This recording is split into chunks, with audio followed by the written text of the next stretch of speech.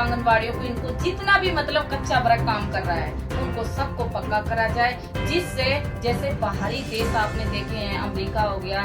जितने भी बाहर मतलब देश है उनमें क्यों लोग इंडिया के जा रहे हैं, वो इसलिए जा रहे हैं कि वहाँ पे इनकम ज्यादा है, वो अपना गुजारा कर पा रहे हैं। लेकिन इंडिया के अंदर ऐसा क्यों नहीं है? लेकिन इंडिया के अंदर जब ही हो सकता है जब ये सरकारी संस्था पूरे इंडिया के अंदर बचेगी, लेकिन इसको भी सरकार ने निशाने पे ले ली है। तो ऐसी सरकार की हम कड़े शब्दों में घोर निंदा करते हैं। लास्ट टाइम यही अपील करते हैं, हर मेहनत कश वर्ग पे अपनी नजर, अपनी दृष्टि डालें, उनके हक अधिकार दें ना। पहले भी जनता आगे थी अपने हक अधिकार के लिए, इनकिलाब बोलती थी, और अब भी जनता आगे है, इनकिलाब बोलते रहेंगे। जब तक हमारे हक अधिकार नहीं मिलेंगे तब तक हम सरकार का पीछा नहीं छोड़ेंगे। हमारी किसी से लड़ाई दुश्मनाई नहीं है, बस हक के ऊपर हमारी आवाज है, इनकिलाब जिंदाबाद। ये बात। रमा जी, आज आपने प्रेस कॉन्फ्रेंस बुलाई है, किस विषय पर है, क्या किन मुद्दों को लेकर? जिस तरीका आपने देखा है कि अभी चुनाव का माहौल चल रहा है, लोकसभा के चुनाव पूरे देश में प्रदेश में, इसमें हम CI2 की तरफ से जो मीडिया के साथियों को बुलाया, पहले तो तहे दिल से धन्यवाद करते हैं हम जिला पंचकुला से, इसलिए कि हर एक मजदूर की, हर एक मेहनत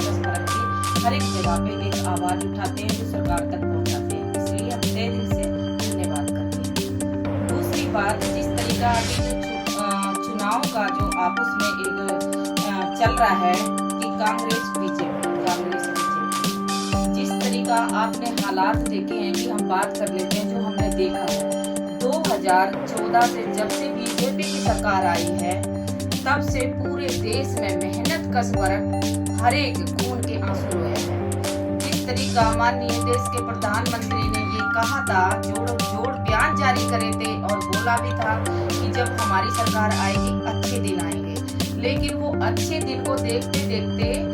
2014 से लेके अब तक 2024 तक 10 साल हो गए। 10 साल में हमने तो देखा नहीं कि किसी के अच्छे दिन आए। जिस तरीका आपने देखा किसानों का आंदोलन चला, उन पे गोलियां चलवाना, गर्म पानी डलवाना, लाठीचार्ज करवाना, रोड पे कीले ठुकवाना, जिस तरीका से कि एक जैसे हिंदुस्तान पाकिस्तान का एक बॉर्डर होता, उस तरीका से जो सरकार ने हालात करे वो देखने को मिली पूरी जनता के लिए। दूसरी बात है, जिस तरीका हमारी आंगनबाड़ियों का प्रदर्शन चला, जो कि पंचकुला में आई हुई थी अपने मांग मुद्दों को लेके, कि सरकार से ये मांग है कि सभी कच्चे कर्मचारियों को हर एक मेहनत कश को पक्का किया जाए।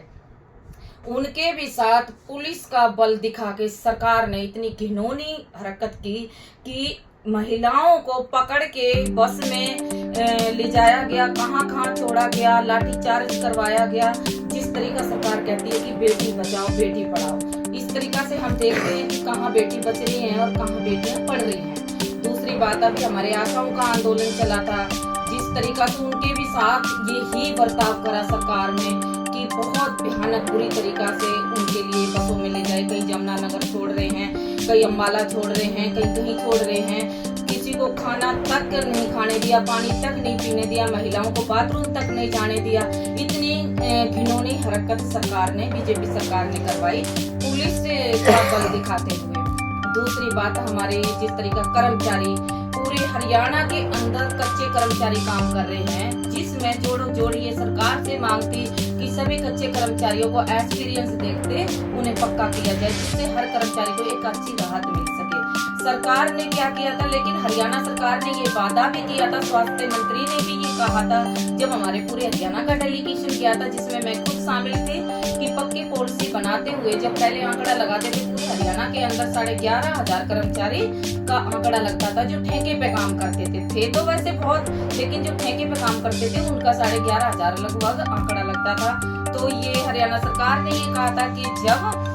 पक्की पॉलिसी आएंगी तो पहले ये कच्चे कर्मचारियों को पक्का करेंगे, लेकिन उनके भी साथ बड़े दुर्भाग्य की बात रही सरकार की, उनके भी साथ धोखा किया हरियाणा कौशल रोजगार निगम बना के, जिससे हर एक कर्मचारी फिर परेशान है, क्योंकि बार ये मांग कर रहे कि सभी कच्चे कर्मचारियों को जितने भी विभाग में लगे हुए उनको पक्का किया जाए, जिससे हर कर्मचारी ये खुश हो सके कि हमारी कोई सरकार थी जो हमारे लिए भी एक अच्छा काम किया। दूसरी बात, हमारे पंचकुला के जिस तरीका हरियाणा के पंचकुला के भी जो स्पीकर ज्ञानचंद गुप्ता विधायक जी,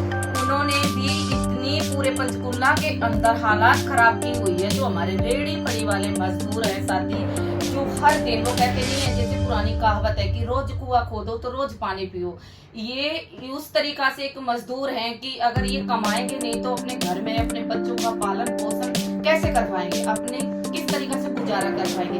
जहाँ भी रेहड़ी फड़ी को लगा देखते हैं ना, वो ऐसे भौंकला जाते हैं कि पता नहीं कि कोई ये आतंकवादी है, ये इस देश के नागरिक नहीं है। उन पे पुलिस का बल दिखा के, हुड्डा वालों को बुला के उनके साथ मतलब बहुत गलत व्यवहार करवाते हैं। माल की रेहड़ियां जब्त करवा देते हैं, उठवा देते हैं, लेकिन उसमें जब यूनियन ने संघर्ष करा तो उस संघर्ष को चलते हुए कुछ राहत मिली तो मजदूर बेचारे रेहड़ी लगा पा रहे हैं, अपना घर का खर्चा चला पा रहे हैं। दूसरी बात, हमारे CI2 ट्रेड यूनियन का ये आह्वान है पूरे हरियाणा के अंदर कि इंडिया गठबंधन के जो भी प्रवक्ता खड़े हैं उनको जिताया जाए। जो सरकार ने हालात किए हैं उस हालात को देखते हुए, दुखी होते हुए यही सबका फैसला है कि इंडिया गठबंधन को जिताया जाए। दूसरी बात, आपने देखा कि जो सरपंच होते हैं, जो नीचे स्तर की एक सरकार सरपंचों से जुड़ी होती है, मानते हो ये चीज, लेकिन जब वो भी अपने मांग मुद्दे को आए, पंचकुला के अंदर देखा गया, हमने खुद अपनी आंखों से देखा, उनके साथ भी बुरी तरीका से बीजेपी सरकार ने लाठीचार्ज करवाया, उनको घसीटवाया बुरी तरीका से सड़क के अंदर। और उसी तरीका से कर्मचारी के साथ हुआ, उसी तरीका से किसानों के साथ। किसानों का तो अभी प्रदर्शन हड़ताल चल रही है, बॉर्डर पे अभी भी वो बैठे हैं धरना देके अपनी मांगों को लेके। लेकिन बड़े दुर्भाग्य की हमारे देश के अंदर ये बात है कि हमारे ही देश में, कि जो इस देश को अंग्रेजों से आजाद करवाने के लिए इस देश के अंदर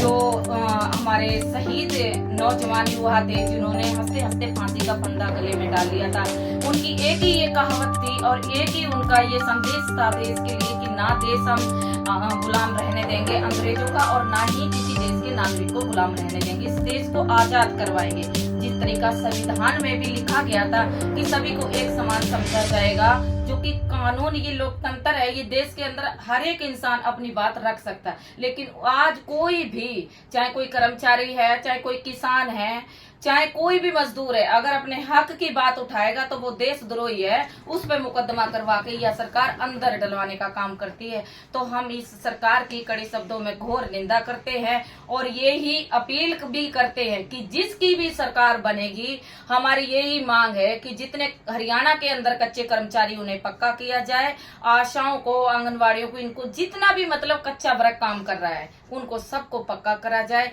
जिससे जैसे बाहरी देश आपने देखे हैं, अमेरिका हो गया, जितने भी बाहर मतलब देश हैं, उनमें क्यों लोग इंडिया के जा रहे हैं, वो इसलिए जा रहे हैं कि वहां पे इनकम ज्यादा है, वो अपना गुजारा कर पा रहे हैं। लेकिन इंडिया के अंदर ऐसा क्यों नहीं है? लेकिन